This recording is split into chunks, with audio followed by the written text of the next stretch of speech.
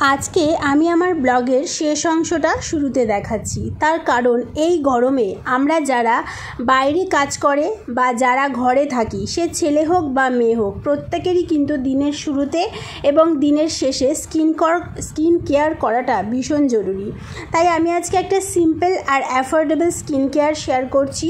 প্রথমে আমি হিমালয়ের ফেস ওয়াশ দিয়ে ফেসটা ধুয়ে নিলাম ভালো করে, যেটার দাম মাত্র 70 টাকা। সত্যি কথা বলতে আমাদের সবার পক্ষে কিন্তু মাসে মাসে বা 15 দিন অন্তর অন্তর পার্লারে গিয়ে ফেসিয়াল নেওয়া একদমই সম্ভব হয় না। তাই আমাদের নিজেদের অ্যাফোর্ডেবলের মধ্যে এই স্কিন কেয়ারটা কিন্তু তোমরা করতে পারো। আর আমি বলবো এই স্কিন কেয়ারটা কিন্তু ছেলেরাও যদি দেখে থাকো, ছেলেরাও করো, কারণ ছেলেদের মনে হয় আরও বেশি দরকার। কারণ এই রোদে এই গরমে সারাদিন ঘুরে রাতের বেলা যদি এই স্কিন কেয়ারটা করা হয়, তারা কিন্তু ভীষণ আরামও পাবে আর স্কিনটাও ভালো থাকবে।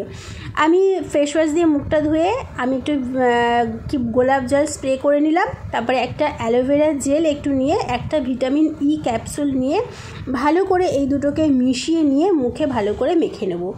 আমার কিন্তু কাছে নাইট ক্রিম আছে, যাদের কাছে নাইট ক্রিম নেই তারা এটা খুব ভালো যে একটা জিনিস ইউজ করতে পারো। 1 নম্বর অ্যাফোর্ডেবল, কারণ হচ্ছে অ্যালোভেরা জেলের দাম কিন্তু খুব কম, 40 টাকায় কিন্তু অ্যালোভেরা জেল পাওয়া যায়। পতঞ্জলির ছোট্ট অ্যালোভেরা জেলটা আই থিঙ্ক 40 টাকা দাম, আর এই ভিটামিন ই ক্যাপসুলটার দাম 36 টাকা। তো এই হচ্ছে 1 নম্বর কারণ। যেহেতু আমি আজকে অ্যাফোর্ডেবল নাইট স্কিন কেয়ার দেখাচ্ছি, সামার স্কিন কেয়ার দেখাচ্ছি, তাই আজকে এটা দেখালাম, নাহলে প্রতিদিন আমি নাইট ক্রিমই মাখি।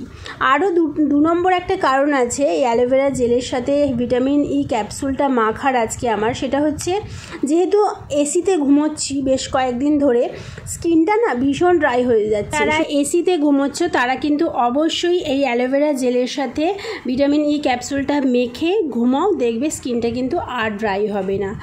চলো আজকে night skin care, simple night skin care complete হয়ে গেল। এদিকে বরমশাই নিজের খাবার সার্ভ করে নিচ্ছে, রুটি, হ্যাঁ খোলাই ছিল, বাবা নিয়েছে। দেখো সন্ধেবেলা আমি আমার বর এনেছিল রোল, আমি গোটা রোলটা খেতে পারিনি। এটা এখন খেতে পারবে না গো। এবারে এইটা পুরো এটা কিন্তু গরম করলে কিন্তু নরম হয়ে যাবে। তুমি গরম করলে না কেন? দেখো এইটা বাকি অংশটা আমি এখন অ্যাজ এ ডিনার খেয়ে নিচ্ছি।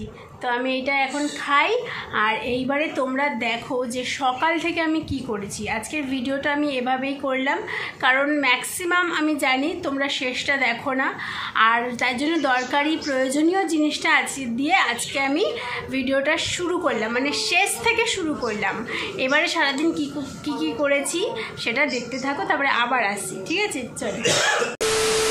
মুখে আমার ঘা হয়েছে, জানি না পান্তা খেলে কোনো ক্ষতি করবে কি করবে না, কিন্তু কালকে রাতে না ভাতটা একটু গরম পড়েছে না, একটু কেমন কেমন যেন হয়ে গেছিলো, মানে হয়ে যায়নি পুরোপুরি, তাই জল দিয়ে দিয়েছি। যে আমি তো জল ঢালা ভাত খেতে পারি, ভালোবাসি, তো সেই কারণে কালকে আমি খেয়ে নেব। বরমশাইয়ের এসব খাওয়া দাওয়ার তো কোনো পালাই নেই, তাই ওর জন্য একটুখানি ম্যাগি করে দিলাম।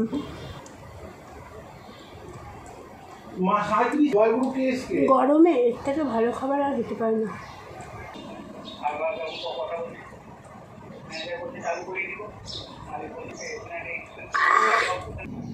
হর হর মহাদেব, হর হর মহাদেব।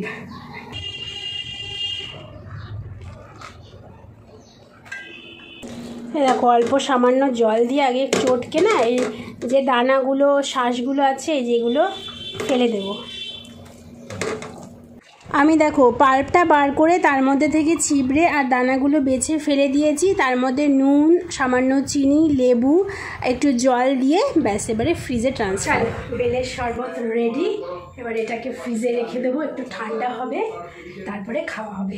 দীপ্তু খাবে না, আমরা 3 জন খাবো, আমি, শ্বশুর শাশুড়ি।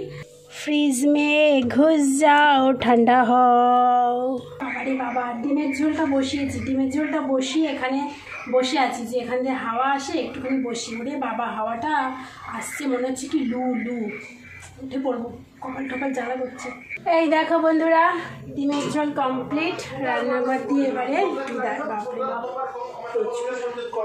আর আমার বর আমাকে বলছে এতক্ষণ রান্নাঘরে কি করছো? আজকে তাও তাড়াতাড়ি শুধু ডিমের ঝোলটা করলাম, বেশিক্ষণ লাগেনি। এতক্ষণ রান্নাঘর মানে আমি যেন ম্যাজিশিয়ান, দুপুরবেলা বলবো ম্যাজিশিয়ান গিভ মি লাঞ্চ, হাতে চলে আসবে, টাইম লাগে না বানাতে। যখনই রান্নাঘরে ঢুকবো তখনই ওরকম করবে। কি করছো এতক্ষণ ধরে রান্নাঘরে? যেন টাইমই লাগে না। ছেলেরা এরকমই ভাবে, মানে এতক্ষণ কি করে, কি করে সারাদিন মেয়েরা ঘরে বসে। সব কাজ ওরাই করে, শুধু টাকা ইনকাম করে আনে বলে মানে ওরা কাজ করে, আর আমরা বাড়িতে রান্না করছি, এই করছি ওই করছি, সেটা কোনো কাজ না। কি করো সারাদিন বাড়িতে? তখন লাগে রান্না করতে।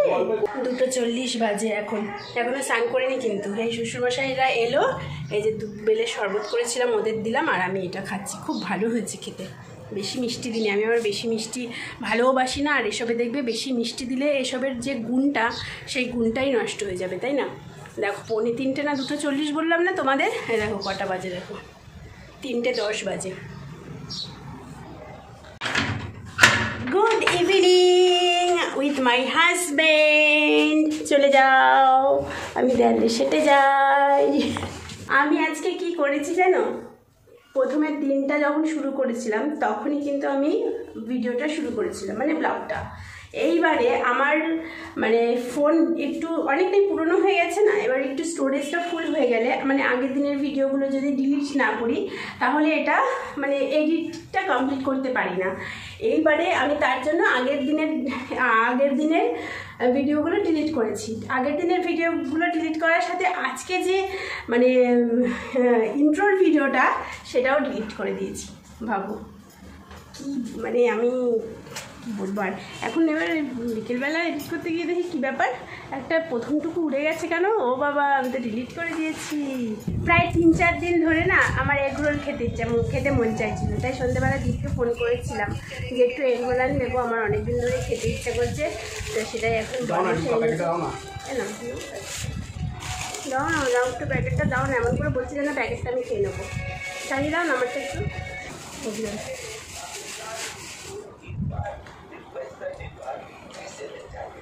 আজকে যদি সকালবেলা দুপুরের লাঞ্চের জন্য আর ডিমের তরকারি না করতাম, তাহলে রাতে এগরোল বানাতাম। ভালো খেতে, কিন্তু একটু মিষ্টি মিষ্টি লাগছে আমার।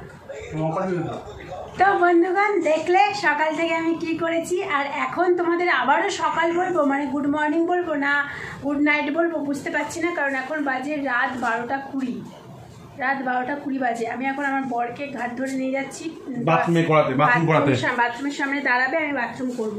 কেন বলো তো? ভূতের ভিডিও মানে শুনছিল এতক্ষণ, এবার সেগুলো তো আমার কানেও যাচ্ছে, তো সেটার জন্য ভয় লাগছে। বাথরুম পেয়েছে কতক্ষণ যেতে পারছিলাম না। আরে বাবা রে বাবা, এই দেখো সন্ধেবেলা আমার বর আজকে আইসক্রিম এনেছিল। কেন এনেছিল সেটা বলো? দাঁড়াও, এখানে কিন্তু খালি গায়ে আছে আমার বর, তারপর বলবে না কেন এনেছিল আবার তোমাদের বলছে নির্লজ্জের মতন। কারণ আমার বরের উপর আমি খুব খেপে গেছিলাম, খেপে গিয়ে মানে এত খেপে গেছিলাম আমি, কিন্তু আইসক্রিম আনতে বলিনি। আবার রুটি আনতে গেছিলো, এসে দেখি আইসক্রিম নিয়ে এসছে। খেপে বউ রেগে গেছিলো, বউকে মানানোর জন্য আইসক্রিম এনেছে। শুনতে পাচ্ছ গৌরবদার গলা? তো চলো আজকে আইসক্রিম খেতে খেতেই ব্লগটা শেষ করছি। যদি এই ছোট্ট ব্লগটা ভালো লেগে থাকে সবাই ভিডিওটা লাইক দিও, আর চ্যানেলটা সাবস্ক্রাইব করো। সবাই তোমরা ভালো থেকো, সুস্থ থেকো, আনন্দে থেকো, সবসময় পজিটিভ থেকো।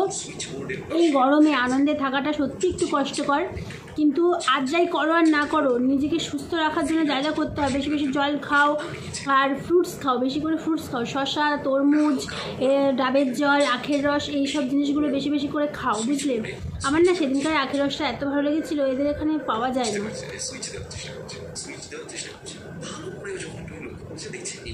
তোমরা কি আইসক্রিম খেতে ভালোবাসো অবশ্যই বলো। আমি বাটারস্কচ খেতে ভালোবাসি, বাটারস্কচের কর্নেটোটা খেতেও ভালোবাসি, আর খেতে ভালোবাসি চকোবার ফিস্ট।